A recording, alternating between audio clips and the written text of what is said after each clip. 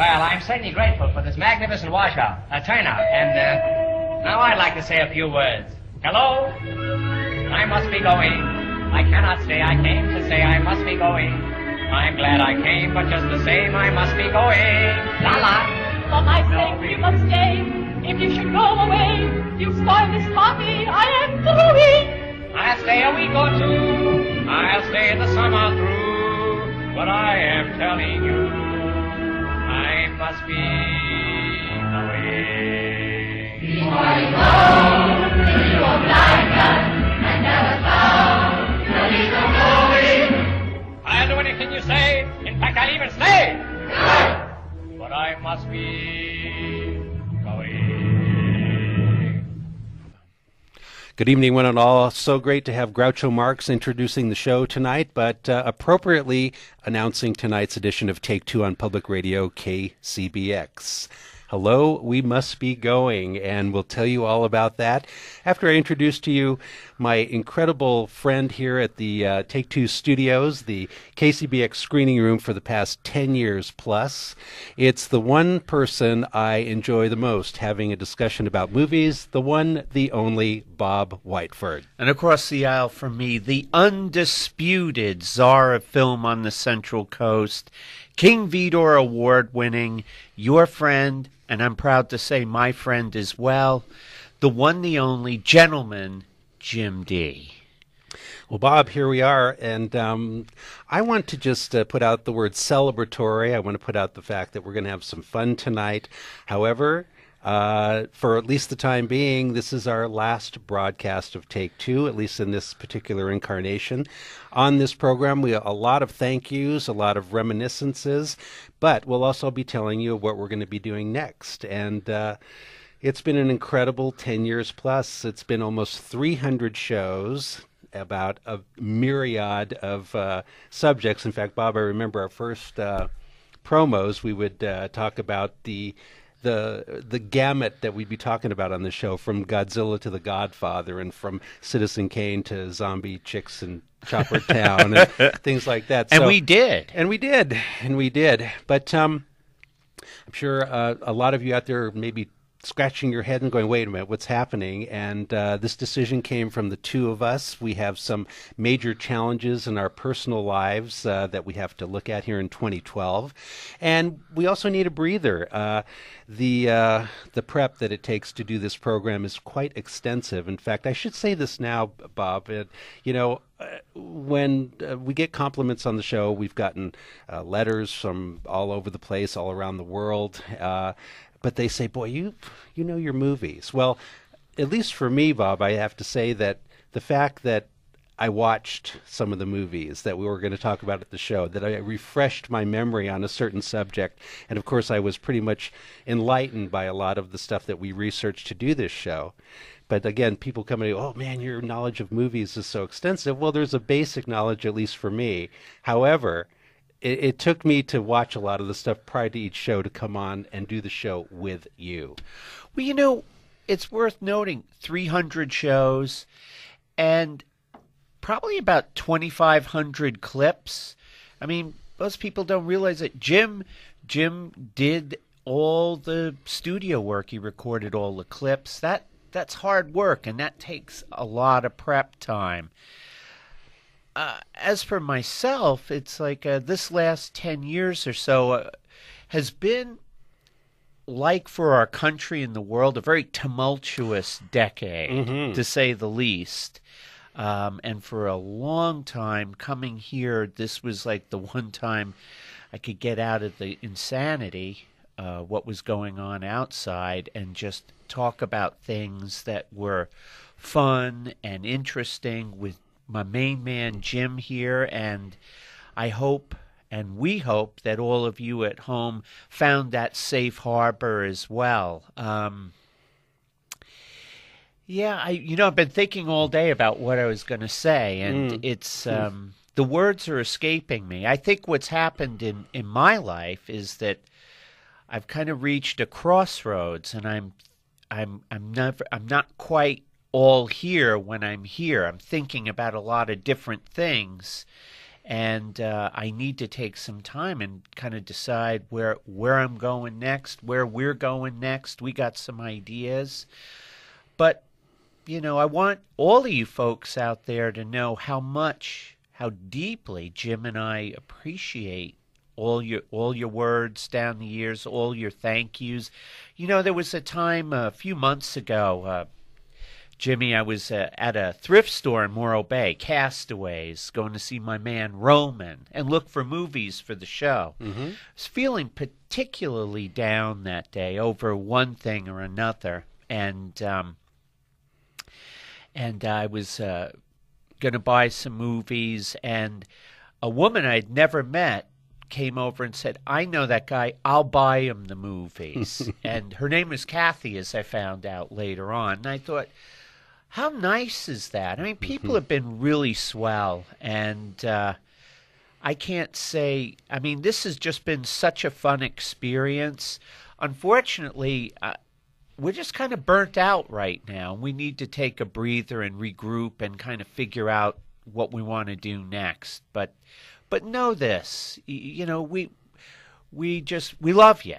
You've been good to us, and we don't forget that.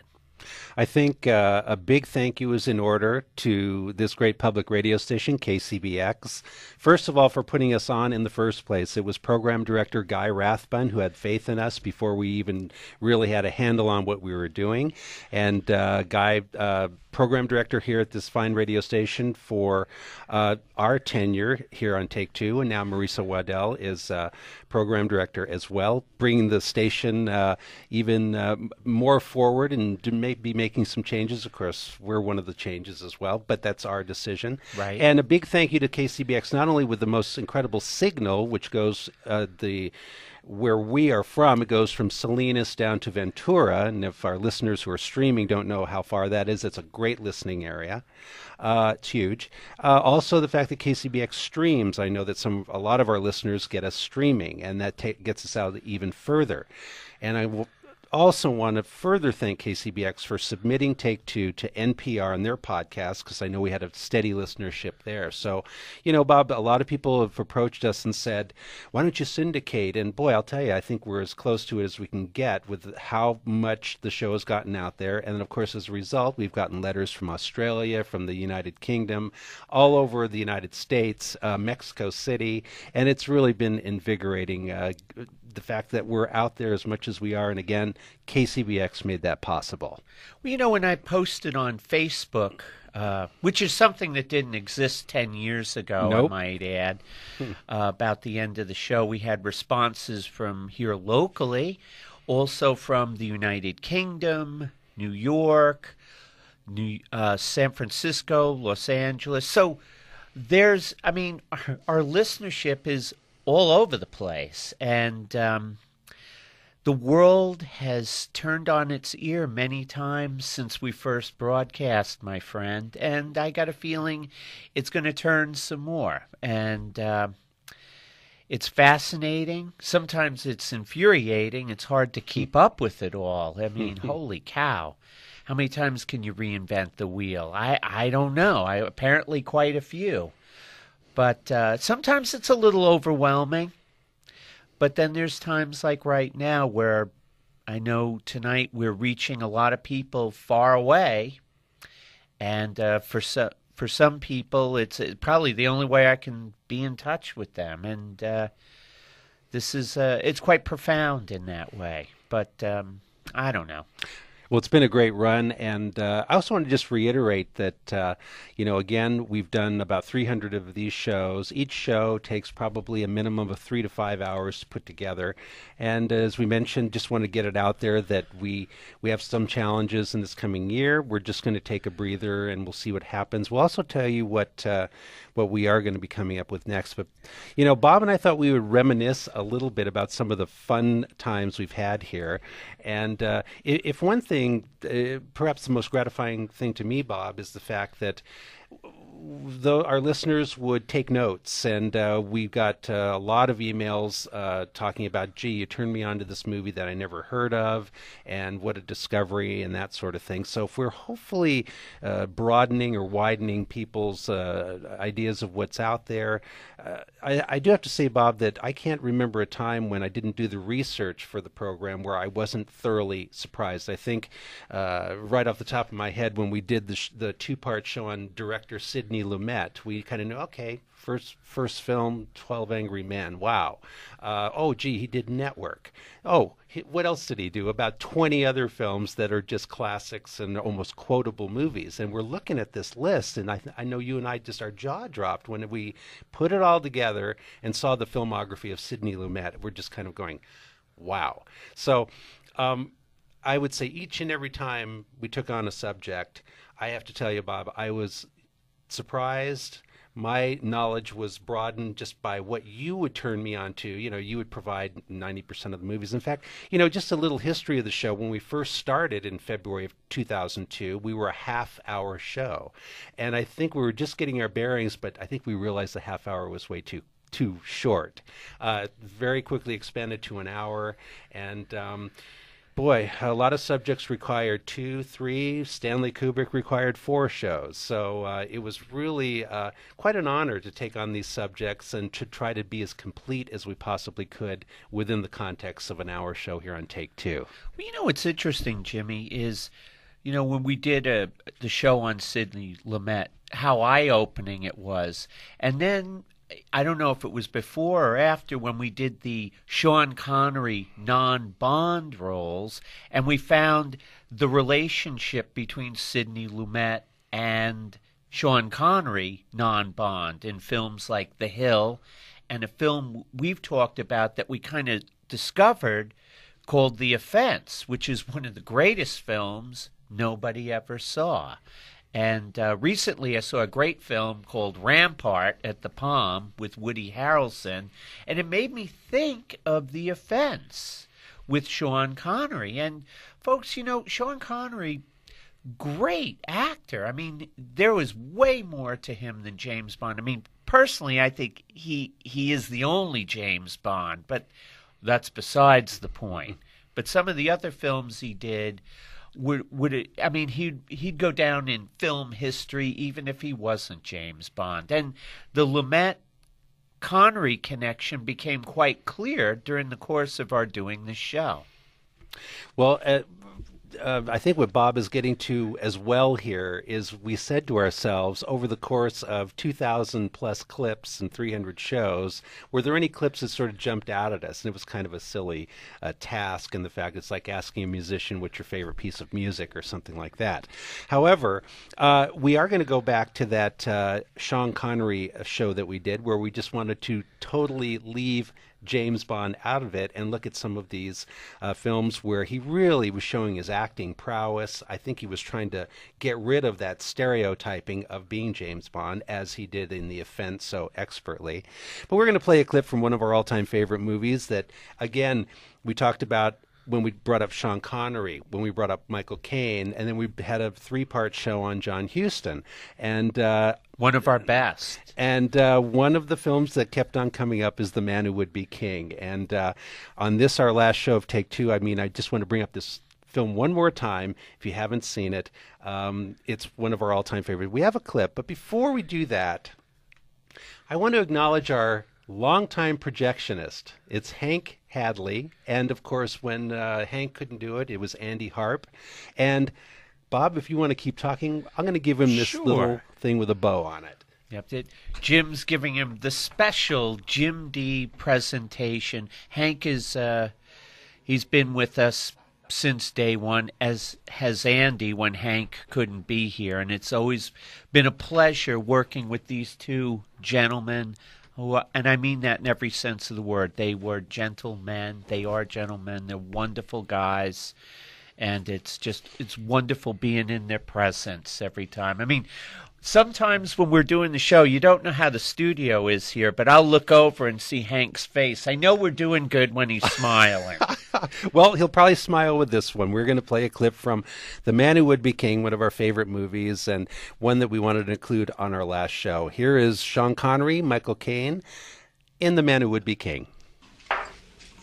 And now, sir, let me introduce you to Brother Peachy Carnahan, which is him, and Brother Daniel Dravert, which is I. The less said about our professions, the better, for we have been most things in our time. We've been all over India. We know her cities, her jungles, her jails, and her palaces. And we have decided that she isn't big enough for such as we. Yes, that's what I understood the commissioner to say. Therefore, we are going away to another place, where a man isn't crowded and can come into his own. We're not little men, so we're going away to be kings. Kings of Kafiristan. Oh, Kafiristan. We hear they have 32 idols there, so we'll be the 33rd and 34th. It's a place of warring tribes, which is to say, a land of opportunity for such as we, who know how to train men and lead them into battle. We'll go there. We'll say to any chief we can find, do you want to vanquish your foes? Of course he'll say, go to it. We'll fight for him, make him king, then we'll subvert that king. We'll seize his royal throne and loot the country 4 ways from Sunday. How's that for a plan?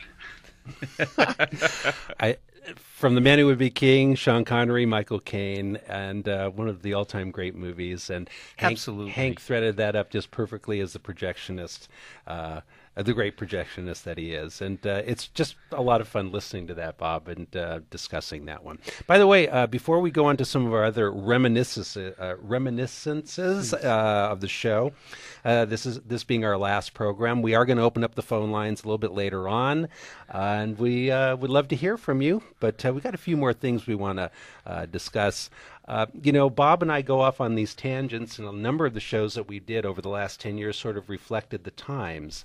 We did one on hard times. We did one on the Occupy Wall Street about corporations being portrayed in film. We tried to be somewhat timely.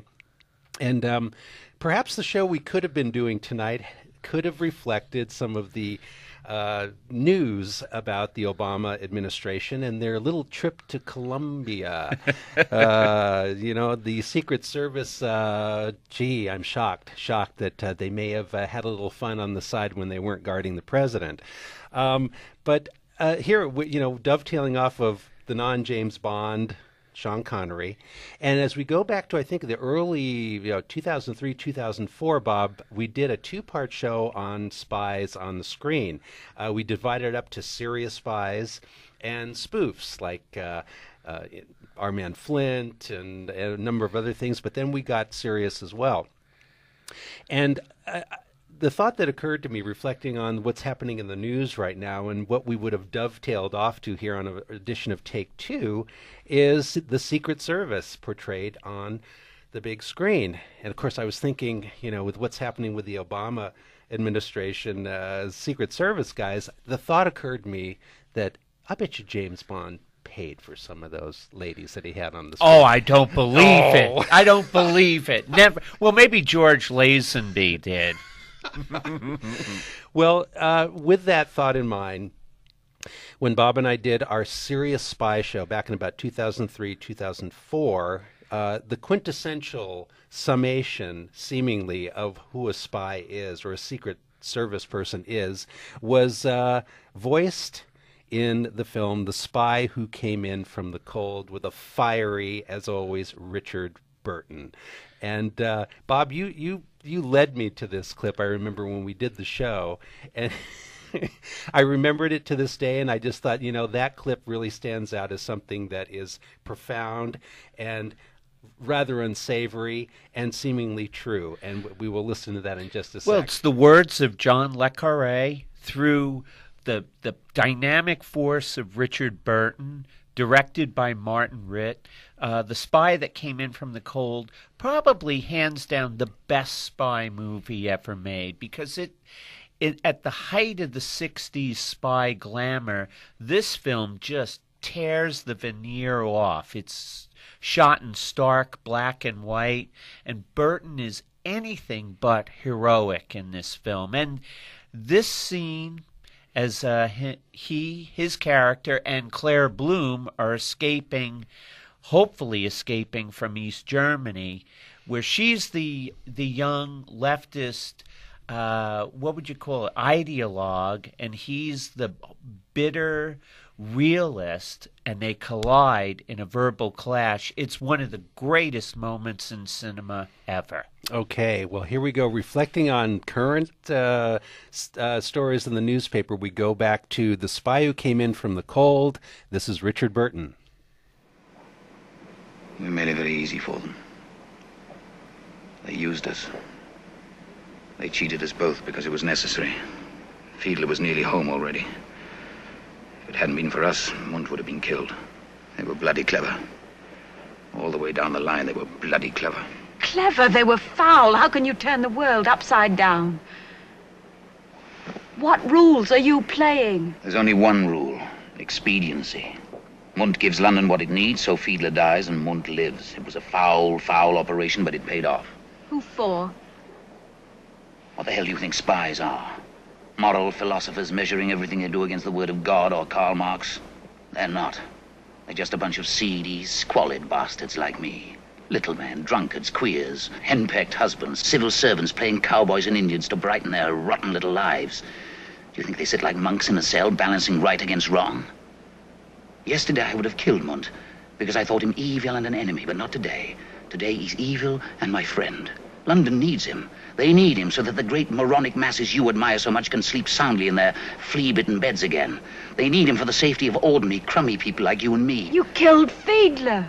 How big does a cause have to be before you kill your friends? What about your party? There's a few million bodies on that path.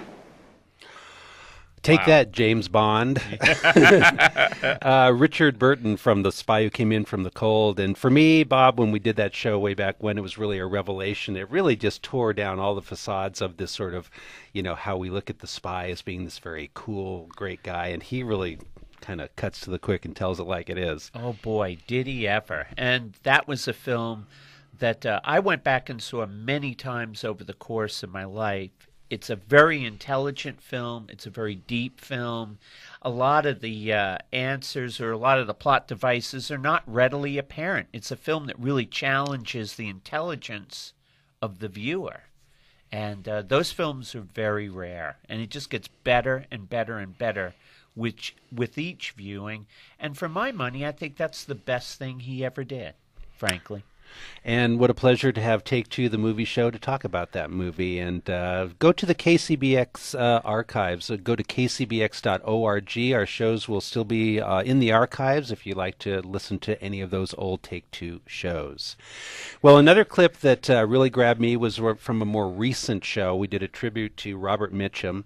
And, Bob, I think one of the more gratifying things about this show was, again, discovering things about some of these celebrities, stars, directors that I didn't know before. And sometimes when we came together to do the show, we had barely even talked before. Like, okay, we'll just do this on the air. And usually we're here sitting at this very place coming up with stuff that I hadn't even thought of before. So things were happening right here when I had the discussion with you. When we did the Robert Mitchum program, I kept on getting the feeling that Mitchum really didn't care about his profession. He has this very laissez-faire attitude. Maybe it's because he was smoking pot, but But good old Robert Mitchum, what an incredible star who had sort of that Brando, nonchalant, sort of I don't really care attitude towards acting. But the more we got into Robert Mitchum, the more he kind of revealed himself. Yes, he was serious about his acting. Yes, he cared. And when he was working with somebody, like we're going to play a clip, when he worked with David Lean, the director of Lawrence of Arabia, and of course with Mitchum, it was Ryan's Daughter, you could tell that sort of, lackadaisical attitude towards acting was kind of pushed when he gets a call from David Lean, or when he worked with a director or great writer that really made a difference. So I think we, just by doing that show, we sort of cut through that facade that Mitchum had, and the fact that he certainly did care about his profession. Jimmy, it's interesting. Over the 10 years, how many times did Robert Mitchum's name come up? So many times, even before we finally did a show on him. He's just one of, I think, our favorite movie stars, our favorite icons, our favorite interesting people. I think, as I mentioned on that show, seeing an interview of him on Dick Cavett not too long ago, and boy, he must have pounded about 4 double scotches during the taping of it, and he was such an interesting guy. And this clip kind of reveals just what a really clever, deep, and extremely interesting cat Mitch really was. I really like this clip and the fact that you can hear some chemistry going on between two people here, two artists, who seem to be from two different places. Here we have Robert Mitchum talking about the phone call that he got from director David Lean to star in Ryan's Daughter. I get a call from David Lean and Robert Bolt, and about Ryan's Daughter. And I thought, well, surely there must be some Irish actors out of work. You know, they could pick one of those. And I told him that. And David said, no, we rather had, decided that... He said, do you have any other plans? He said, which would preclude your appearing? And I said, as a matter of fact, yes, I had planned suicide.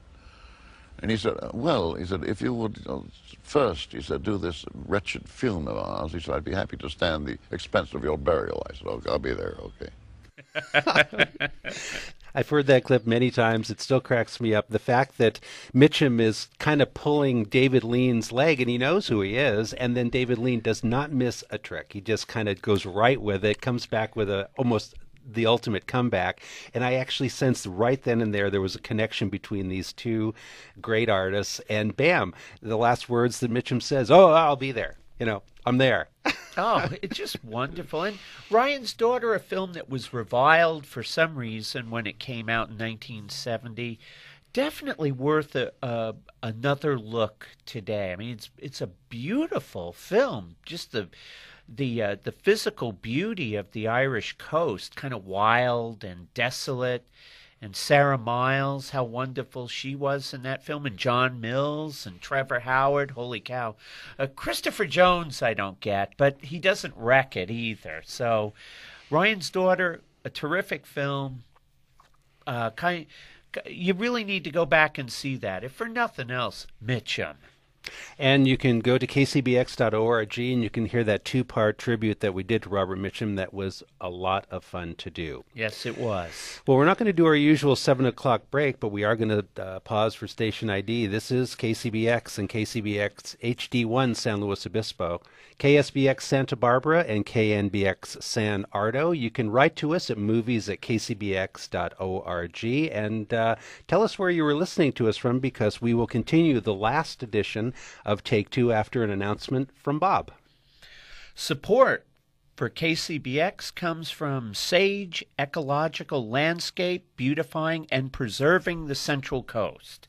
Sage can create a custom garden expression of your lifestyle that is creative, functional, and sustainable. More at sagelandscapes.net. And we're back on Take Two, the movie program. Tonight, the last show on the air, at least in this incarnation. My name is Jim Dee. I'm here with my good friend Bob Whiteford. Hello. Thank you for listening for the last 10 years. Bob and I have some challenges coming up, and this is our last broadcast. We want to thank everyone for listening, and we will open up the phone lines after we just lay a couple more clips on you that we got a big kick out of here.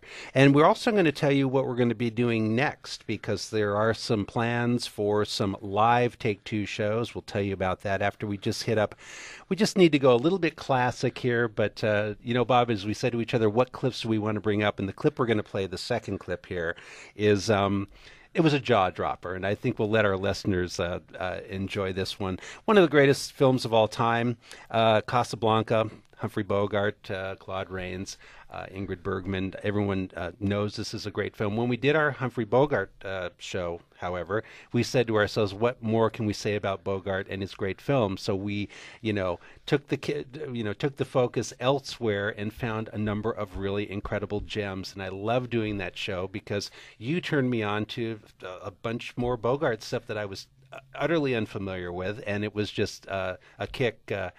realizing that, sure, Casablanca, Maltese Falcon, To Have and Have Not, all those are certified classics, but there's a lot more in his filmography, and it was really fun doing that show. It really was, and we focused a lot back in the days of the Dream Factory, where the studios would be producing movies constantly.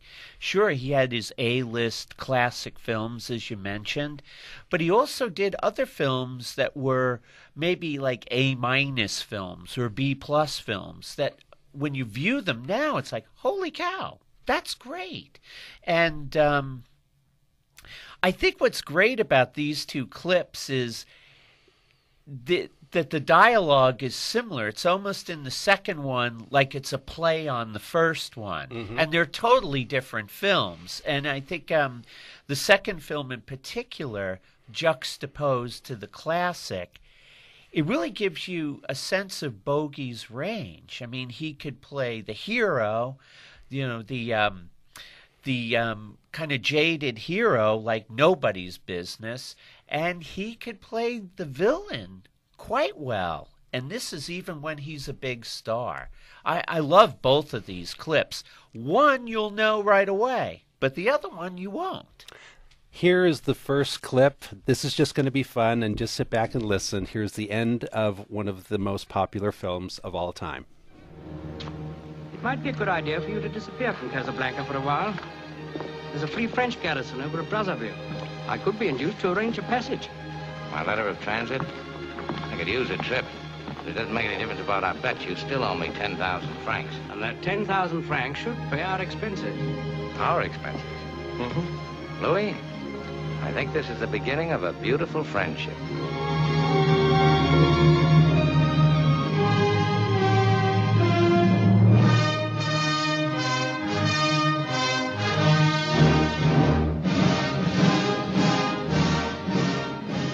And, of course, the classic line, the closing line from Casablanca, and that's Claude Rains, Captain Renault, and Humphrey Bogart walking off into the fog. Well, about, 7 years later, 1947, we moved to a film called The Two Mrs. Carrolls with Humphrey Bogart and the wonderful Barbara Stanwyck. In fact, Bob, if we ever do this again, we have to hit Barbara Stanwyck. Absolutely. And you know what's interesting about this? This film, The Two Mrs. Carrolls, there's a scene at the end with Bogart where he comes from behind some drapes that was actually parodied in The Sopranos toward the end of the series. It's where Frank Vincent comes out of the closet to take care of poor Vito Spatafore. But the scene, the way it's shot, is an homage to the climactic wild end to Two Mrs. Carrolls, and I salute The Sopranos for appreciating this classic as much as you and I have, Jimmy. Well, keep in mind the end of Casablanca. Now we move on to The Two Mrs. Carrolls. We're going to let this play a little bit, but there's a little line in the middle of the clip that I think your jaw will drop. Mine did when I first heard it. This is from The Two Mrs. Carrolls. Goes on. People are coming. Who? Mrs. Latham and her daughter. Who are they? You'll see. Penny's invited them over. He's downstairs now. Penny? Penny? Who's Penny? Charles Pennington, darling. I told you all about him, my ex-fiancé. Your ex? What's he doing around here? I think I'll break his neck. Oh, don't be silly. You're not jealous of Penny. Oh, you got some wrong information. I'm jealous of anything or anybody that takes your mind off me for a single second. I like that. But we must hurry, Jeffrey. They'll be here any minute. Nope. You'll have to get along without me. I'm not going downstairs. What nonsense. Of course you are. You wouldn't insult friends of mine. Friends? You've never even seen them. Well, I've seen Penny before, haven't I? Oh, Penny again. You know, I have the strangest feeling that this is the beginning of a beautiful hatred. Now, Jeffrey. Well, if I do see them, for just a minute, only a minute, mind you, what'll you give me? What do you suggest? A kiss. But there isn't time. You see? They're here already. Sorry? Jeffrey, I don't think that's... No kiss, no change. Oh, Jeffrey. Well, there you go. Humphrey Bogart, Barbara Stanwyck. The film is The Two Mrs. Carrolls. And Bob, when I first heard that, I had to stop and rewind. I had to go back did he really say that? And yes, he did. It's sort of the self-referentials, well, whatever you want to call it. I mean, I have to imagine Bogart looking at that line and just going, Or did he just smuggle it in? I mean, it's kind of interesting that, how that came about, because it is almost kind of like a little, kind of making fun of Casablanca, just ever so slightly with that Bogart cynical way. Again, that's the two Mrs. Carrolls, and Barbara Stanwyck and Bogart are really good in it. It's a very interesting film about a artist who gets a block and then he's got to murder somebody to relieve the block. So there you go. Creative people out there, take note. Well, we are in the midst of our last broadcast of Take Two here on Public Radio KCBX. Bob and I taking a breather and trying to celebrate what we've tried to do over the past 10 years and thanking you for listening. We'd like to remind you that there is a 13-week series that will take this time slot starting next week. It's called Song Travels with Michael Feinstein, and it's music from the Great American Songbook, a great addition to the KCBX program lineup. It's a wonderful 13-week series that starts next week. Well, here we go, Bob. Let's open up the phone line. Let's do it. 549-8855, 1-800-549-8855. A big thank you to Program Director Marisa Waddell, who is at the phones. And if you'd like to call in and weigh in or say hello or say goodbye, whatever you'd like to do, 549-8855, 1-800-549-8855. We'd love to hear from you. We never did do a Barbara Stanwyck show, did we? No. I know we talked about her a lot down the years, and it's worth noting she was a big star back in the day. During the film noir years, she was known as the Black Widow, and after you've seen Double Indemnity, you'd know why.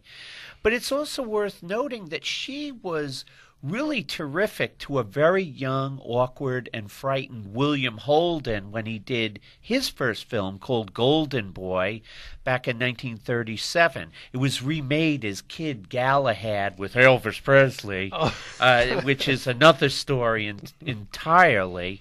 But Bill Holden was pretty nervous out of the gate, and she took him under his wing and helped him out. And unfortunately, she always said, well, when I get the jitters, kid, I always have a jolt. So she got him on the booze train, which ultimately didn't work out too well for him. However, that being said, I mean, who knows who's an alcoholic and who isn't? But she wasn't. But clearly, over the years, they stayed very good friends, and in 1954, when her career started to wane, he was able to get her apart when he was a big star in a great film called Executive Suite, which was a wonderful film. And, as a stand-up guy, helping out a stand-up gal. I love those kind of stories in Hollywood. Great one. I know we talked about Barbara Stanwyck in the pre-code days with Babyface and Night Nurse, a few other things. But, yeah, well, next time, in the next life, perhaps. In the next life. If you want to give us a call, this is our last broadcast here at KCBX for Take Two. It is 549-8855, 1-800-549-8855. Please give us your name and where you are calling from. And good evening. You're on Take Two. Oh, my. I didn't realize I was going to be the first one. You are. I just wanted to say thank you so much. I have listened to you guys from, it must be your very first show. Wow. Thank you. And I've always thought that you guys were so good, and Siskel and Ebert have nothing over on you, and I hope you have this on DVD, and you're selling it to to other NPR markets, because it's such a good show. Thank you so much. Well, thanks for your comments. And, the shows are available on the website, kcbx.org. And, it's interesting you mentioned Siskel and Ebert because, I'm not even sure if there is a movie review show. I mean, a review show, but shows that really discuss movies like we do. And they're few and far between. So we really appreciate you listening. Well, thank you so much. You guys put an intelligent and funny way into talking about movies, and all of us appreciate it. Gary, thank you so much. Really appreciate the call. Thanks for listening. Sure. Take care. Good evening. You're on Take Two. Hello. Hi there. Oh, hi. I just wanted to say thank you so much for everything, and wondering if you could promise to come back to do a Barbara Stanwyck series. Oh, well, that's awfully enticing. Before the show is out, Bob and I will tell you what we are going to be doing next. We're going to be doing some live appearances at the Palm Theater here in San Louis, Wonderful. showing a movie and talking about it afterwards. We've done it previously, and that seems like a really interesting direction to go in, and we'll be right in contact with our listeners and our audience, and maybe you can make some of those screenings. I'd love to. Yes. Thank you so much for your call. Thank you for all the wonderful, entertaining shows you've done. Oh, well. Thank you. Appreciate it. Thank you so Thanks for calling. much. You bet. Well wishes. Bye. Bye-bye. That's sweet. That's really sweet. Jeff is on the line. Jeff, you're on Take Two. Good evening. Hi, guys. I can't believe it. My heart is breaking here. You guys have been great. A part of the last 10 years of KCBX, and I listen all the time. It won't be the same. Come on. Oh, thanks. We just got a little bit of work we have to do. I didn't mention it on the air, but we own a movie theater, and I own a movie theater, and we're doing this digital conversion, which is quite a challenge this year. Theaters are converting over to digital, and film is disappearing. So it's something I got to look forward to. I've started that process, but it's really quite an undertaking. So I got to focus on that for a while. And Bob? Well, me, I'm just, I'm kind of just at I don't want to say I'm gearing up for a midlife crisis, because you're not going to see me driving around the sports car with an 18-year-old girlfriend with the bad comb over. That's not going to happen. But I think I'm just kind of at a point now where I'm just trying to reassess and figure out what's next in my life. And, it's just one of those things. I don't want to get too personal about it, but for a little while here, I haven't been all there for the show, and that's unfortunate. And it's my thing and nobody else's. And, as Jim said, he's busy with the digital situation at the Palm, and I can tell you, because I work there, that it's important. This is a big deal for the business and for movies in general. Well, very good. I won't keep it. I just wanted to say how much I appreciated everything you guys did, and a wonderful show. I second the first caller's comments about I hope you make some real money off this someday, because you guys are awesome. So thanks for all that, and good luck in the future. Thank you very much for the call. Thanks a lot for listening. And let's see. Good evening. Where are we at here? Good evening. You're on Take Two. Hi. Am I on the air? You are. It's Jackie, right? Oh, hi. Hi, Jackie. Hi, Bob. Hi, Jim. Listen, I wanted to thank you so much for 10 years of great movie reviews. My Monday nights will never be the same. Oh. And I hope someday you get to return. Thank you so much. Awesome. Well, we'll never say never. I know. And this has been a big part of our lives for the last 10 years, and this was not an easy decision to come to. But I'm sure. We'll still be around. We'll be out there somewhere. Well, changes are good, and if I see you driving around town in a Corvette, I'll know exactly what happened. And, I'll tell you, it'll be an Italian sports car. I'll look kind of like Enzo Stuardi. I'm going to have a nice... Okay. Yeah, I'm going to have an ascot and a nice Italian sport coat, silver fox pompadour. I'm going to look utterly ridiculous. That's You'll me. be great. That's this guy. Well, we all love you, and I wish you well in your new endeavors. Have fun. Thank you so much for the call. Thank you so much. Okay. Bye-bye. Bye-bye. Good luck. Thank you. Good evening. I believe it's Ken. You're on Take Two. Yes, hi. How are you guys? Fine, thanks. I love your program. Oh, thank you so much. Love it. And then when you had that Robert Mitchum thing tonight, I thought, I got to call. I'm a local, been here my whole life, and when I was 15 years old, I was a waiter at the Paso Robles Inn. And Robert Mitchum and his entourage, and I don't remember who the other ones were because I was 15 years old. But they came in, and I had their table, and they came in around 10 o'clock in the morning. And they went through the whole... First thing they did is they all ordered drinks. 10 o'clock in the morning. Yeah. And back then, I could deliver drinks. And then they lasted. They were there for, probably 5-6 hours in the dining room and drinking and carrying on. And they were the rudest, meanest, nastiest people I have ever run into. But at the end, they were the sweetest and nicest. I mean, they actually gave me $180 tip.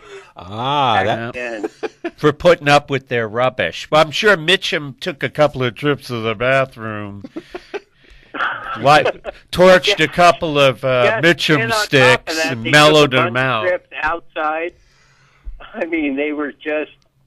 It was incredible. I mean, to this very day, it was just like, I mean, they just thought they were better than everybody else, but at the end, they took care of me, and so.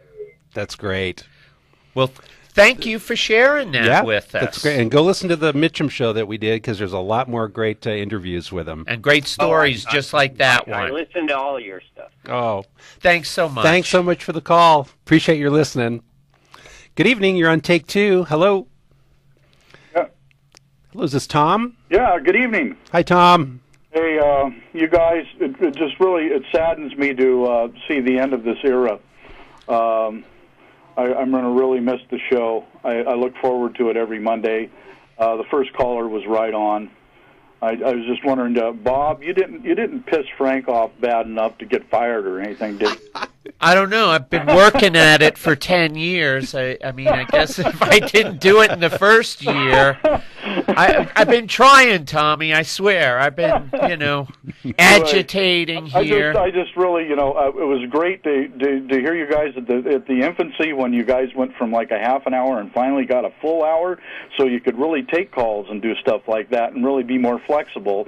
You guys are the best, man. I'm going to miss you. Oh, well, we'll miss you too, Tom, because you've called here many times down the years, and I know you from Insomniac. You still driving that crazy West German Army truck? Oh, I got that thing. Yeah, it's in the driveway. Okay, with gas at $5 a gallon. I wonder about that. Parked. Oh, wow. Oh, boy. Well, Tom, thank you so much. Your words are... You're warming the cockles of our heart. Okay, absolutely. Gentlemen. Thanks a lot, pal. Great to hear your voice. Hey, good night. Take care, Tommy. Good evening. You're on Take Two. Hello. Hi, this is Dave. Hi, Dave.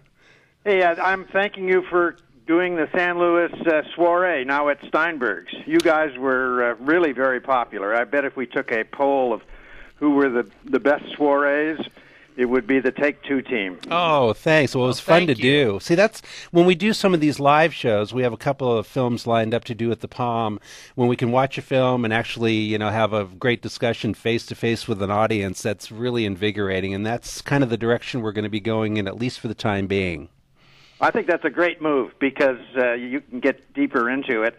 And, mid-career identity crises can be quite good. I went through one when I was 35, and I changed what I was doing, and, hey, it worked out better than where I was headed. I like that. Yeah, I like that a lot. Well, Dave, thank you so much, and thanks for your comments on the soirees, because those were really a lot of fun to do. It was indeed. Well, bless you all. Bye-bye. Thank you, Dave. And we have Glenn on line one. Hi, Glenn. You're on Take Two. Hey, guys. How are you? Fine, thank you. Oh, listen, I am so sorry to hear that you are going off the air. I just can't tell you.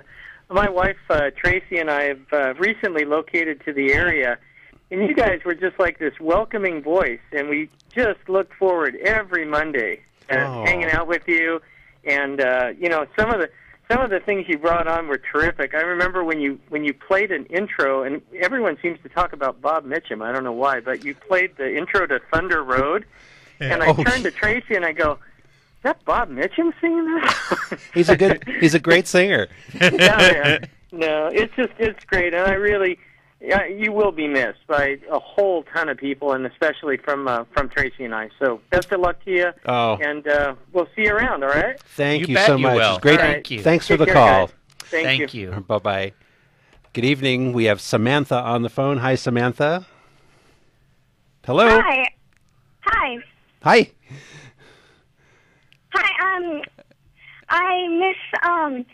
I'm sad that you guys are going off the air, and I really like your show. Me and my dad always listen to it after I get out of dance class, and I just miss having you guys on the air. Oh, well, you can listen to the older shows by going to the website, and you know what? You're the hope of the future. If you're well, you sound young to us, and but if you're getting educated on a lot of this old films or the world of cinema, more power to you. It's a fascinating subject. Yes. Great. Gosh, this is lovely, Samantha. Thank you for listening. I'm almost gonna. I don't know. My tears are welling up here. The youth of America. I hope we haven't let you down, but we've enjoyed. The fun thing is introducing younger people to films that they just didn't know about, and opening their eyes to some classics. And it's a wonderful experience, and it's one of the things I really enjoyed at Insomniac, and I have enjoyed immensely doing this through Take Two as well. Yeah, even sometimes get the movies. They're really good. Great, Samantha. I really appreciate you listening, and check out the shows on the internet, and thank you so much for calling. All right, thank you. Good night, sweetheart. Good night. Good evening. You're on Take Two. Good evening, guys. Hi there. Thanks for the memories from a great old movie, and to both of you. And this is Bob in Goleta, Santa Barbara area. We've talked about all kinds of movies over the years. And, yes, we have. And a decade is a good number. Yeah, we're just gonna, I'm gonna sound like a politician now. I think everything's on the table. We're not going anywhere. We're gonna do some of these live shows, but who knows what tomorrow will bring? We'll see what will happen. Yeah, that's where maybe we're I'll at. have to come up to the Palms and check it out. Come on up anytime. I got to ask you about one movie that's been running around now. I don't know if either of you've seen it, The Bully. It's slowly rolling out. I tried to get that at the Palm. It's going to play at another theater, but it's the documentary on the kids who have been bullied. Correct? Yeah, correct. Yeah. It's slowly rolling out in theaters right now. All right. Well, good health to both of you. Thank you so much.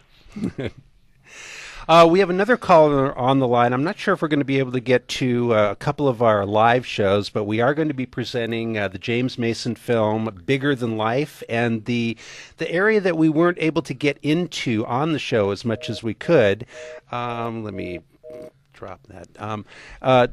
Foreign language films, and so we're going to try to go in that area in some of our live presentations. One of our first films will be The Burmese Harp, one of my all-time favorite films. So those two titles, Bigger Than Life and Burmese Harp, will be at two of our live shows. Hope you can attend. Boy, this thing's lighting up like the like my car dashboard on the way over here. All these red lights. Couple more calls, and then we do have a parting shot here with our good friend Bob Hope. But another caller. Good evening. You're on Take Two. Hi, Susan. Hi, you guys. I have to just call you and thank you both for having not only the most awesome video stores, the most awesome movie theater, and this show, which was my Monday night tradition, coming home from work. And we're going to miss you, but we will be there at the Palm to see you. So can't wait to continue on, but just wanted to tell you that you've brought Hollywood to the Central Coast and like nobody else. Thank you so much. Thanks so much for the call, and thanks for listening, and we'll see you at the Palm. And one more caller before we bid you adieu, And it's Sherry. Hi, Sherry. How you doing? Hi. Oh, boy. Don't go. Don't go. Stay. Stay. Well, as I said, all things are on the table. We're not sure. We just need to sort of cool our heels. We're going to do some of these live shows, and then who knows what tomorrow will bring. Oh, I know. But, there's nothing like a good movie. I just love a good movie at the theater. It's such an experience. It's such an art form. So thank you very much. I love you both. Love you, Sherry. Thank you for listening, and thanks for calling. Okay, bye. Bye, Sherry. Well, we have our live shows coming up, and Bob, I think my parting shot here is the fact that we've been doing this for 10 years. Movies are important, and I invite our listeners to do their own take, too. Get together with friends, go see a movie, maybe grab a bite to eat before, see a movie, go grab a coffee afterwards, and chat about the movie. You'll see yourself, you'll be entertained. They're an art form, they reflect what's going on in society. They're important, and hopefully we've made them important over the past 10 years. And, maybe not always current movies, maybe older movies, too. You might be surprised. You go back and revisit a classic you haven't seen in a long time. Ooh, I saw it. But you know what? The great ones always bring something new to the table. The reason? You're a different person from when you saw it the last time. And the great films, they kind of change with you, and they remain great, maybe not in the same way. And that's something I would want to leave people out there with. Don't give up on the old ones either. They're wonderful to watch. And at the same time, keep your eyes open and explore new films, too. There's plenty of great films coming from Europe. There's incredible documentaries. One of the callers mentioned Bully. Boy, I can't wait to see that. I mean, there was a big flap over the, I think originally it was rated NC-17, and then it got down to PG-13. And that's a film I think we all need to see. That's a problem that's really getting out of hand now, and it'd be great to see that film. But, boy, this is strange. This is it. Thank you, Bob. You rock. Thanks to Hank. Marisa Waddell, our caller, screener tonight. Fabulous, although I don't think any of the calls needed to be screened. I want to thank everybody for a fantastic 10 years, and we're going to leave you tonight with Bob Hope. We will see you next time. Thanks for the memory of rainy afternoons, swingy Harlem tunes, motor trips and burning lips and burning toast and prunes. How lovely it was. Thanks for the memory of candlelight and wine, castles on the Rhine, the Parthenon, and moments on the Hudson River line. How lovely it was. Many's the time that we feasted, And many's the time that we fasted. oh well, it was swell while it lasted. We did have fun and no harm done. So thanks for the memory of crap games on the floor, Nights in Singapore. You might have been a headache, but you never were a bore. Thank you so much. Thanks for the memory of China's funny walls, transatlantic calls. That weekend at Niagara when we hardly saw the fall. How lovely that was. Thank you. Thanks for the memory of lunch from 12 to 4, sunburn at the shore, that pair of gay pajamas that you bought and never wore. Say, by the way, what did happen to those pajamas? Huh? Letters with sweet little secrets that couldn't be put in a day wire. Too bad it all had to go haywire. That's life, I guess. I love your dress. Do you? It's pretty. Thanks for the memory of faults that you forgave, rainbows on a wave, and stockings in the basin when a fellow needs a shave. I thank you so much. Thanks for the memory of gardens at Versailles, And beef and kidney pie. the night you worked and then came home with lipstick on your tie. How lovely that was. Huh? For the memory of lingerie with lace. Yes, and Pilsner by the case. And how I jumped the day you trumped my one and only ace. How lovely that was. We said goodbye with a highball. Then I got as high as a steeple. Did you? But we were intelligent people. No tears, no fuss. Hooray for us.